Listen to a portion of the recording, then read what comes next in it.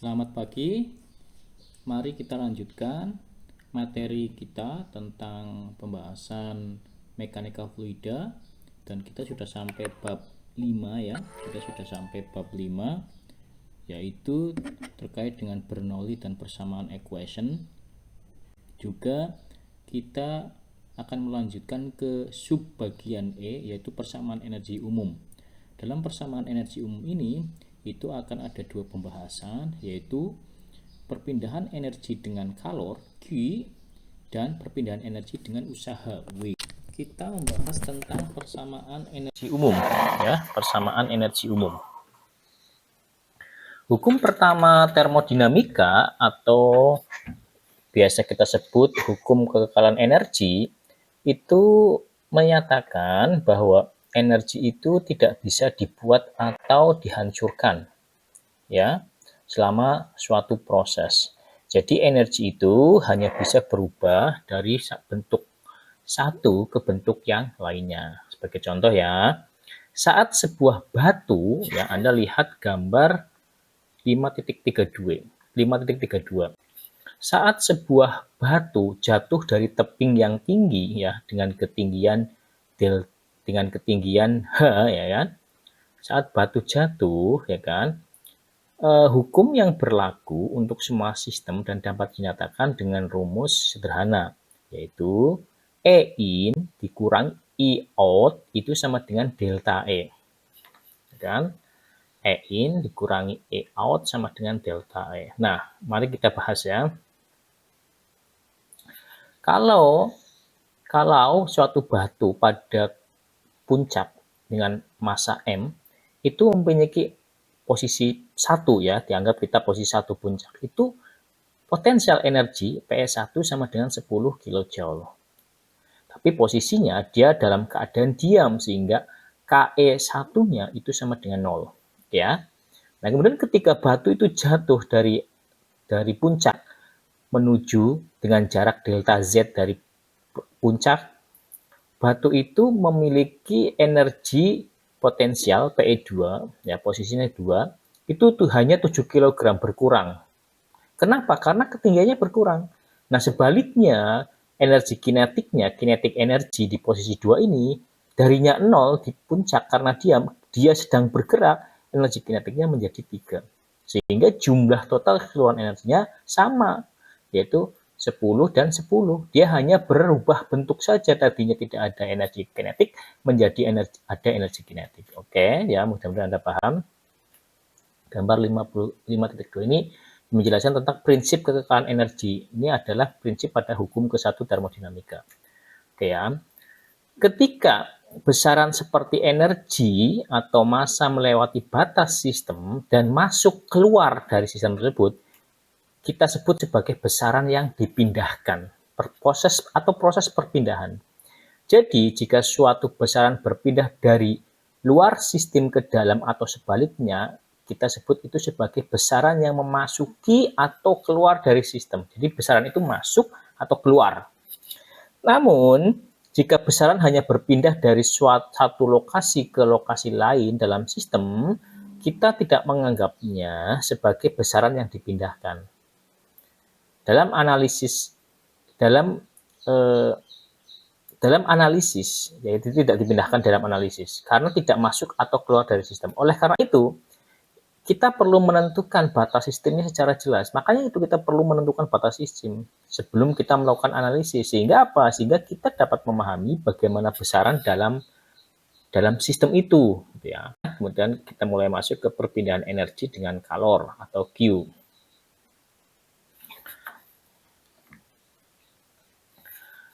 Jadi energi kalor ya, Q ya adalah energi internal yang terdapat dalam suatu sistem yang disebabkan oleh peningkatan suhu. Ingat kata kuncinya peningkatan suhu. Ketika suatu suhu benda meningkat, maka energi panasnya juga akan meningkat. Proses perpindahan energi dari satu sistem ke sistem lain karena perbedaan suhu disebut perpindahan panas. Ya, ingat ya, perpindahan panas adalah proses perpindahan energi dari suatu sistem ke sistem lain karena perbedaan suhu. Perpindahan panas terjadi dari suhu yang lebih tinggi ke suhu yang lebih rendah. Jadi perpindahan panas itu terjadi dari suhu lebih tinggi ke suhu lebih rendah. Sebagai contoh, ketika kita memanaskan sebuah kaleng minuman, ya kan, lihat gambar 5.33, ya kan, kita memanaskan sebuah kaleng minuman di dalam ruangan yang lebih hangat, energi panas akan berpindah dari ruangan yang lebih hangat ke kaleng minuman yang lebih dingin. Jadi energi panas yang ada di ruangan itu masuk ke kaleng minuman. Laju waktu perpindahan panas disebut laju perpindahan panas dan biasanya dilakukan dengan huruf Q. Ya. Jadi lihat gambar 5.3.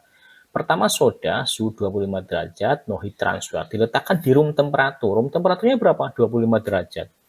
Nah, maka ada energi yang masuk ke dalam kaleng soda itu sehingga suhunya itu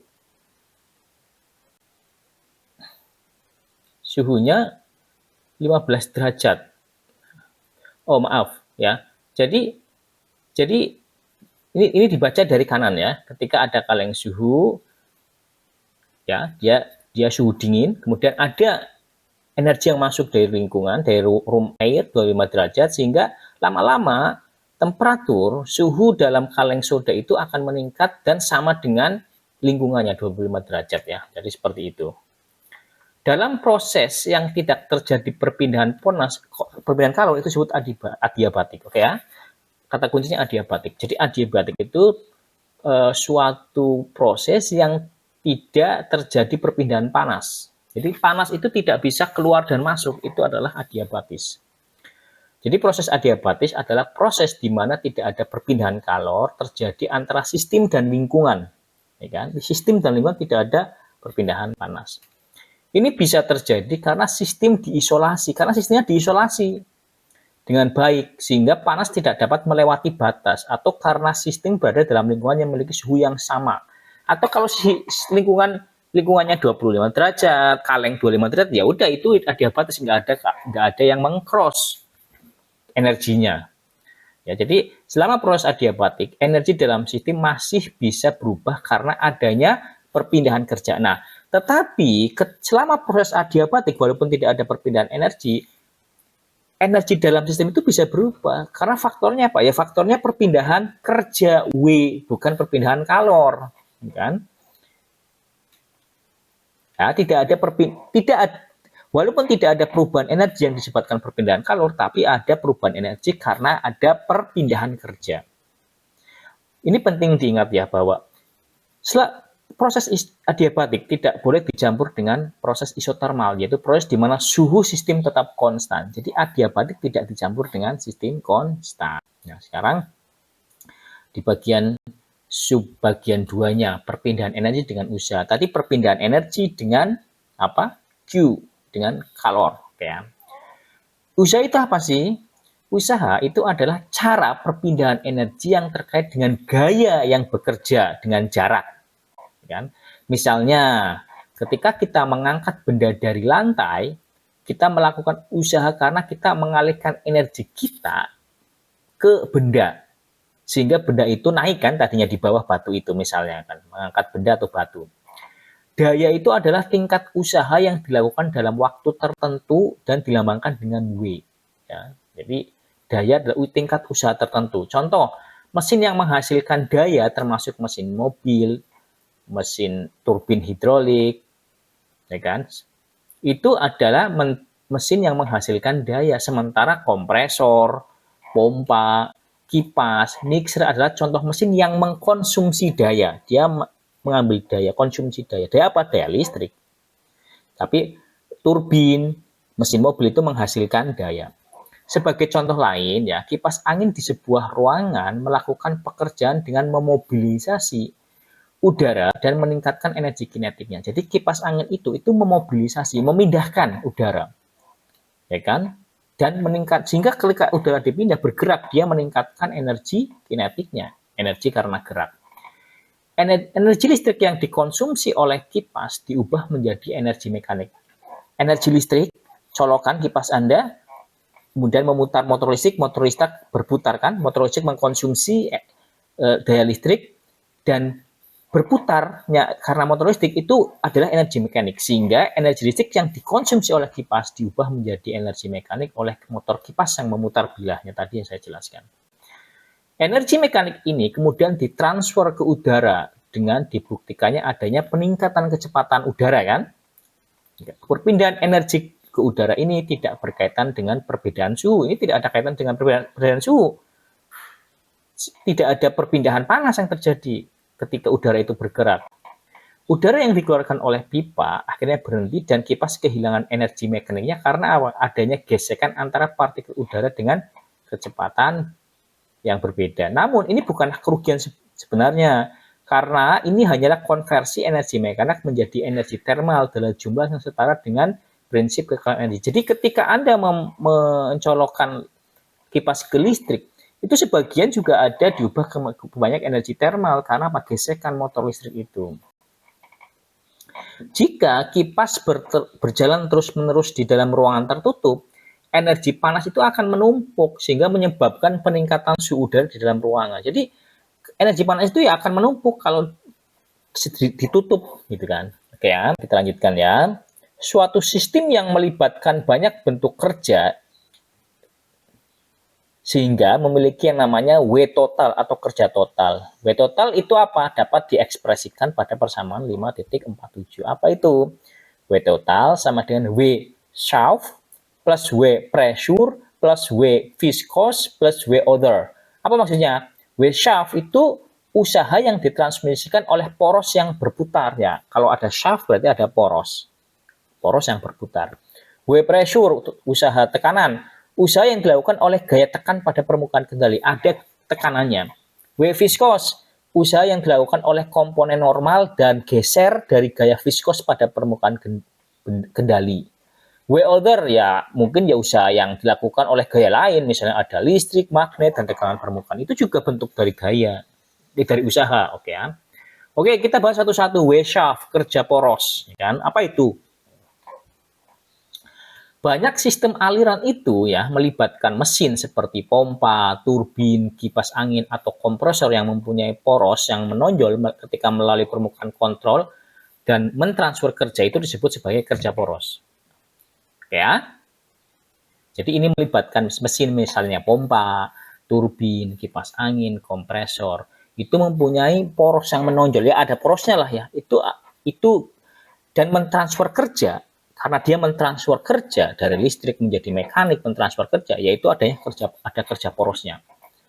Kerja poros adalah jenis kerja, jadi ya kerja poros adalah jenis kerja yang dilakukan oleh mesin-mesin seperti pompa, turbin, kipas angin, atau kompresor. Saya ulangi, kerja poros adalah jenis kerja yang dilakukan oleh mesin-mesin kayak pompa, turbin, kipas angin, atau kompresor. Ketika mesin-mesin tersebut beroperasi, mereka mentransfer kerja melalui sebuah poros, ya kan? Dia mentransfer kerja melalui sebuah poros, ada porosnya. Daya yang ditransmisikan melalui poros yang berputar, porosnya kan berputar, itu sebanding dengan torsi porosnya, T shaft. Sehingga rumus W dot shaft itu adalah, ya kan? Rumus W dot shaft itu adalah W omega kalikan T shaft kan. Pokoknya dia ada sebanding dengan torsinya, torsi porosnya, T shaft, omega T shaft. Sementara omega sendiri adalah 2 pi n. Omega itu apa? Omega itu adalah kecepatan sudut poros, radian per second, kecepatan sudut poros. Ya kan? N apa? Jumlah putaran poros per satuan waktu. Berapa kali dia berputar? 360 derajat jumlah putaran poros ya. Jadi W shaft adalah omega T shaft. Itu rumusnya. Oke ya? Benar nggak paham? Kemudian itu adalah kerja poros. Kemudian ini ada W pressure, kerja tekanan. Usaha pada gaya tekanan, kerja pada gaya tekanan. Gaya tekanan adalah gaya yang diberikan oleh sebuah benda pada area tertentu. Saya ulangi, gaya tekanan itu apa? Gaya yang diberikan oleh benda pada area tertentu. Jadi ada F-nya, ada A-nya kalau kita bicara tekanan. Gaya yang diberikan, F yang diberikan ke A. Misalnya, jika kita menekan sebuah balon, maka kita akan memberikan gaya tekan pada permukaannya. Misalnya, kita lihat di gambar 5.34a. Itu ada sebuah perangkat silinder piston pada sebuah mobil atau sepeda motor. Apa itu perangkat silinder piston? Itu adalah sistem di mana gas dikompresi atau tekan. Kan di dalam sistem motor bakar ya, itu ada yang namanya kompresi. Kemudian hisap, kompresi, usaha kerja, ya kan? Itu kan ada kan. Nah, gaya tekanan pada gas tersebut dihasilkan oleh piston yang menekan, ya kan? Berapa? P kali A, ya kan? Anda lihat, piston P-nya itu turun ke bawah, ya kan? Ada A-nya, luasan dari silindernya itu, ada kecepatan V pistonnya akan turun. Dengan berapa selisihnya? ds, ya kan? Luas permukaan diferensial merupakan perbedaan luas penampang sistem pada titik awal dan akhir dari pergerakan. Titik awal berapa, luasnya, titik akhir berapa. Misalnya, jika sebuah benda bergerak menuruni sebuah lereng dengan jarak tertentu, maka apa? Luas permukaan diferensialnya adalah perbedaan luas penampang benda pada posisi awal dan gerak akhirnya. Integral kan? Ya. Kemudian pada gambar 5.34b, yaitu kita mempunyai sistem, ya, kemudian ada sistem boundary, kemudian ada luasan A, kemudian ada materi sedikit dengan volume dan dm, dv dan volume kecil, gitu kan. Dan kemudian ada dA, ya, luasan yang sangat kecil, ya, dengan sudut normal dan ada sudut tetanya dengan kecepatan vektornya. Ini kan sudah kita bahas pada sebelumnya. Pada gambar 5.34b, sistem dengan bentuk sembarang, misalnya sembarang ya, memiliki luas permukaan diferensial yang tidak sama pada setiap titik geraknya. Gaya tekan pada sistem tersebut itu dihasilkan oleh apa? Oleh tekanan fluida atau gas yang bekerja pada setiap titik pada permukaan diferensial. Jadi setiap titiknya bekerja gaya tekan pada gas. Dengan membagi kedua sisi relasi ini pada interval waktu diferensial dt dibagi dengan dt dan memberikan tingkat waktu kerja batas, yaitu daya melalui persamaan berikut. Nah, ini nanti persamaannya 5.49. Dou W pressure, ya, dou W pressure sama dengan dou W boundary-nya. Jadi boundary-nya. Jadi berapa? P kalikan AV. Di mana V piston itu sama dengan apa? Itu kan kecepatan, itu ds jarak per dt, ds per dt adalah kecepatan piston yang merupakan kecepatan batas gerak pada permukaan piston.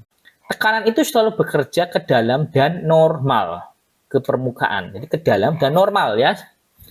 Dan gaya tekanan yang bekerja pada area diferensial dA adalah PdA. Jadi gaya tekan itu PdA.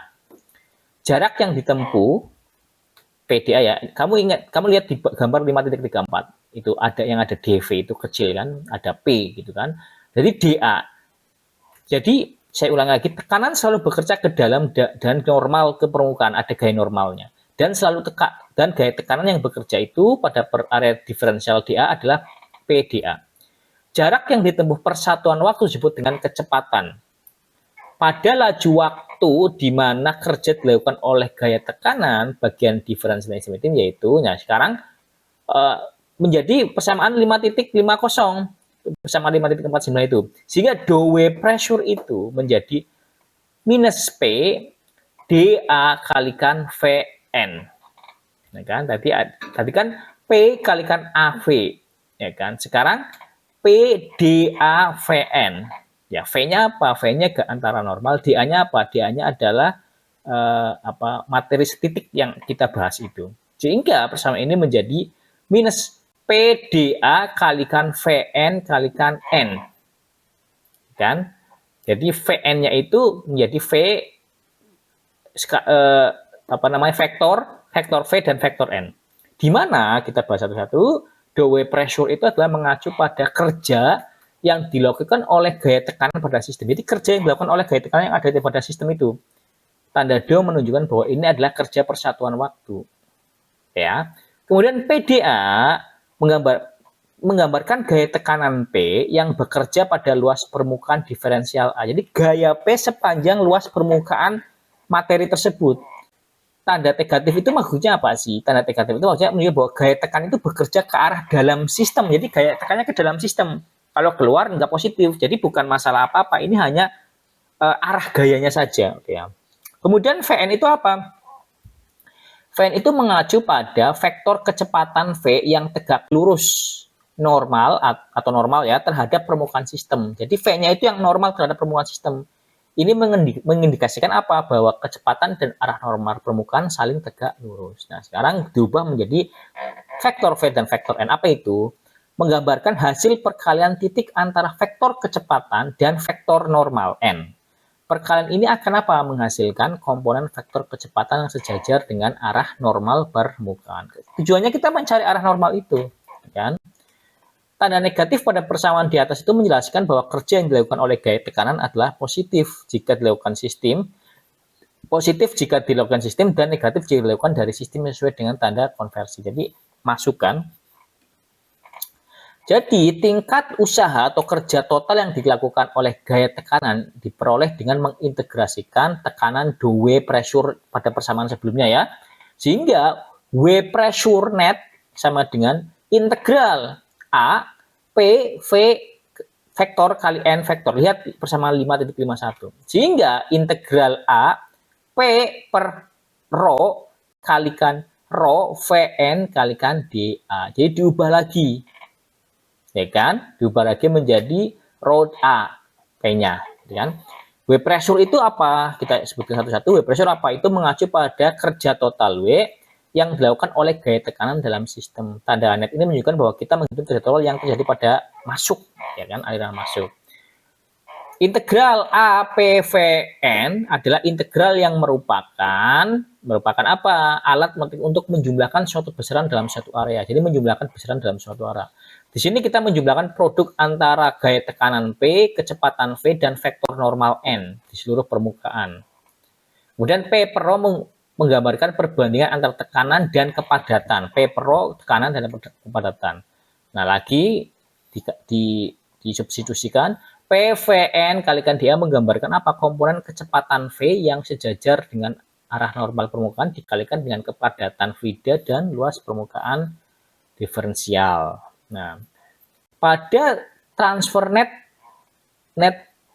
W pressure sehingga diperoleh W net sama dengan W net in sama dengan W dot shaft net in, ya kan, ditambah W pressure net in. Jadi kalau ada dua usaha yang bekerja berdasarkan pressure dan berdasarkan shaft ya. Jadi W net ini ya W shaft plus W pressure.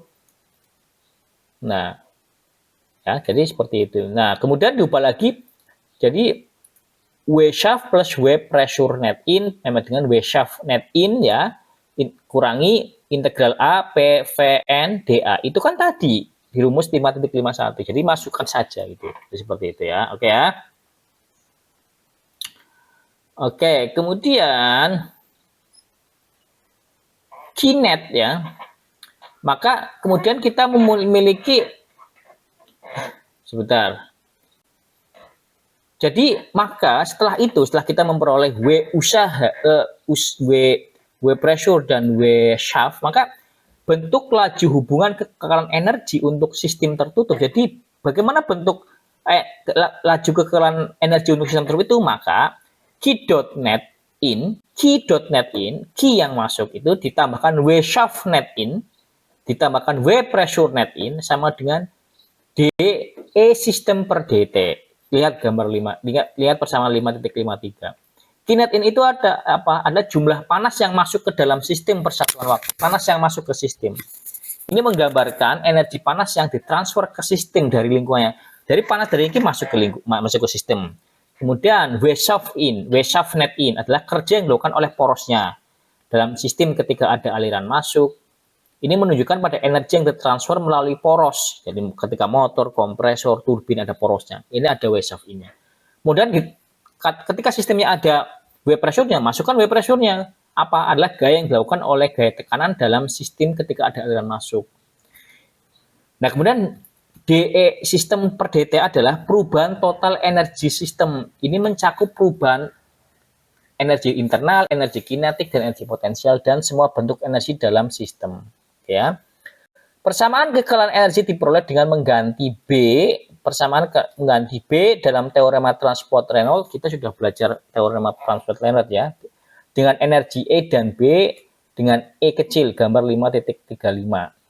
Jadi dE sistem per dt itu sama dengan D per dt integral CV E rho dV plus CS E rho VRN. Nah, ini kan sudah dipelajari di teorema transport Reynolds ya.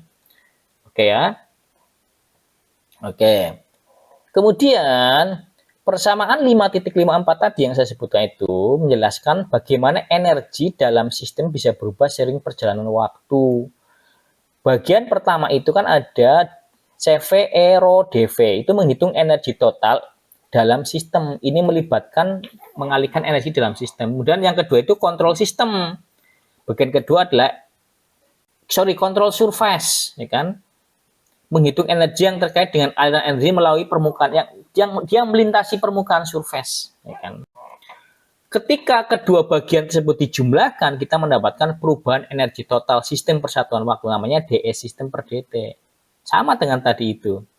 Jadi rumus ini memberi kita bagaimana energi dalam sistem itu bisa berubah seiring berjalannya waktu, baik melalui perubahan volume ataupun melalui perpindahan energi melalui permukaan sistem. Sehingga rumus 5.53 itu berubah, ya kan? 5.53 berubah menjadi Q net in plus V sub net in plus V pressure net in sama dengan D per dt CV E rho dV ditambah integral CS E rho V vektor N vektor kalikan dA, di mana VR sama dengan V per VCS adalah kecepatan fluida relatif terhadap permukaan kontrol dan hasil kali dari rho VR kalikan N vektor kalikan dA yang menyatakan apa laju aliran massa melalui luas elemen dA ke dalam atau keluar volume kontrol. Oke ya, jadi Anda sudah tahu rumusnya.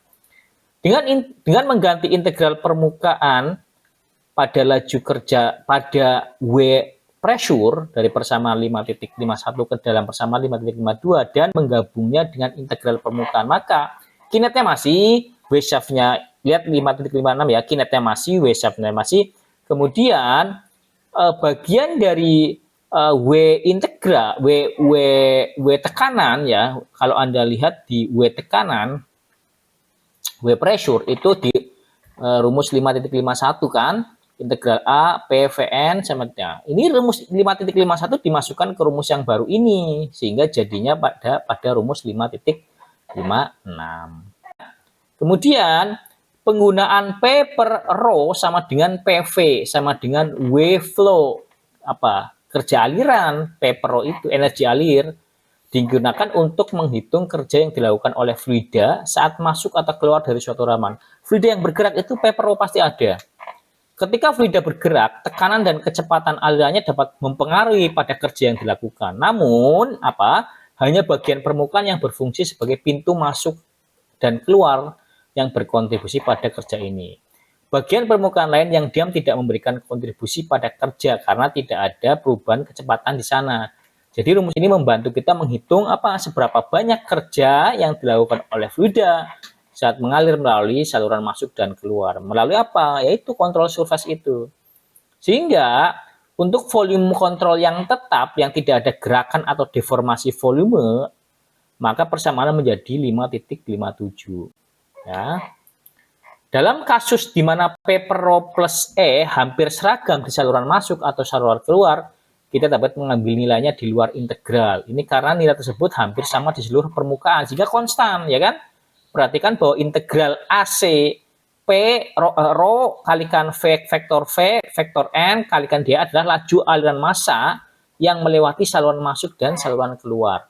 Jadi laju aliran massa ini dapat diaproksimasi dengan M dot yang menunjukkan jumlah massa yang masuk atau keluar melalui saluran tersebut persatuan waktu. Dalam hal ini, maka kita dapat menggunakan persamaan M dot itu sama dengan P per rho kalikan E untuk memperkirakan memperkirakan laju aliran massa. Sehingga persamaan energinya dimodifikasi lagi menjadi 5.58. Q net in masih W shaft net masih sama dengan D per dt integral CV E rho dV plus E out P per rho plus E minus E in P per rho plus E. Nah, ini modifikasinya 5.58. Oke ya. Kemudian Rumus ini tuh menjelaskan bagaimana panas, ya, kinet, ya, kerja, W sub, dan perubahan energi di dalam sistem. Apa itu D per dt integral sub? Itu perubahan energi dalam sistem. Di sebelah kiri rumus ada panas masuk, ada kerja poros yang masuk ke sistem. Di sebelah kanan rumus ada perubahan energi sistem sistem per dt yang terjadi karena apa? Karena adanya perubahan energi internal dalam sistem dan perbedaan tekanan pada saluran masuk dan keluar dan perbedaan tekanannya. Jadi, rumus ini membantu kita mengerti bagaimana panas dan kerja akan mempengaruhi perubahan energi dalam suatu sistem. Panas, kerja itu mempengaruhi. Di mana E itu, ya, energi itu U plus V kuadrat per 2 kalikan Z. Nah, ini kan rumus energi kan, adalah energi total persatuan massa untuk volume kontrol dan aliran. Maka berubah lagi nih persamaannya menjadi 5,59 K in masih, Q in kinet in masih, W sub kinet in masih, DDT CV per dV plus I out M dot. Nah, jadi M dot P plus rho plus U plus V kuadrat per 2 plus GZ. Itu ada energi internal, energi kinetik, dan potensial. Dikalikan sama juga E in-nya, yang masuk tadi E out, ya. Sehingga rumus ini membahas tentang bagaimana panas dan kerja berhubungan dengan perubahan energi dalam suatu sistem. Jadi panas dan kerja, oke, Q in kan, W, di sebelah kiri. Kita punya panas yang masuk dan kerja yang masuk ke dalam sistem. Di sebelah kanan, itu ada dua bagian penting. Pertama apa? Ada perubahan energi dalam sistem yang terjadi di dalam ruang tertentu. Ini melibatkan apa? Melibatkan perubahan energi seperti suhu, kecepatan, posisi. Kedua, ada energi yang keluar dari sistem melalui saluran keluar dan energi yang masuk ke dalam sistem melalui saluran masuk. Semua ini membantu kita memahami bagaimana panas, kerja, dan perubahan energi terjadi dalam satu sistem. Jadi kuncinya adalah apa? Ada kinet in. Apa itu? Energi yang masuk ke dalam sistem, ada kerja yang masuk ke dalam sistem, ada perubahan energinya yang dipengaruhi oleh internal energi, dipengaruhi oleh kinetik, dipengaruhi oleh posisi atau potensialnya. Jadi rumus tersebut itu 5.60 adalah rumus totalnya, digunakan untuk menghitung perubahan energi dalam suatu sistem. Kita menggunakan konsep entalpi spesifik, ya, yang menggabungkan energi internal dan kerja tekanan. Rumus tersebut berlaku dalam kondisi-kondisi khusus seperti ketika volume sistem tetap dan aliran fluida yang masuk dan keluar dengan kecepatan yang seragam. Jadi dalam rumus tersebut 5.60 kita juga memperhitungkan perpindahan panas dan kerja yang masuk atau keluar sistem. Jika panas atau kerja masuk ke dalam sistem nilainya positif, ya kan? Tetapi jika panas atau kerja keluar dari sistem nilainya negatif. Jadi rumus ini sebut akan membantu kita memahami bagaimana dan energi dan kerja terkait dalam sebuah sistem. Namun perlu diingat bahwa rumus ini hanya berlaku dalam kondisi-kondisi tertentu. Jadi ketika kondisinya berubah dia ada modifikasinya, ya. Mungkin itu, ya, untuk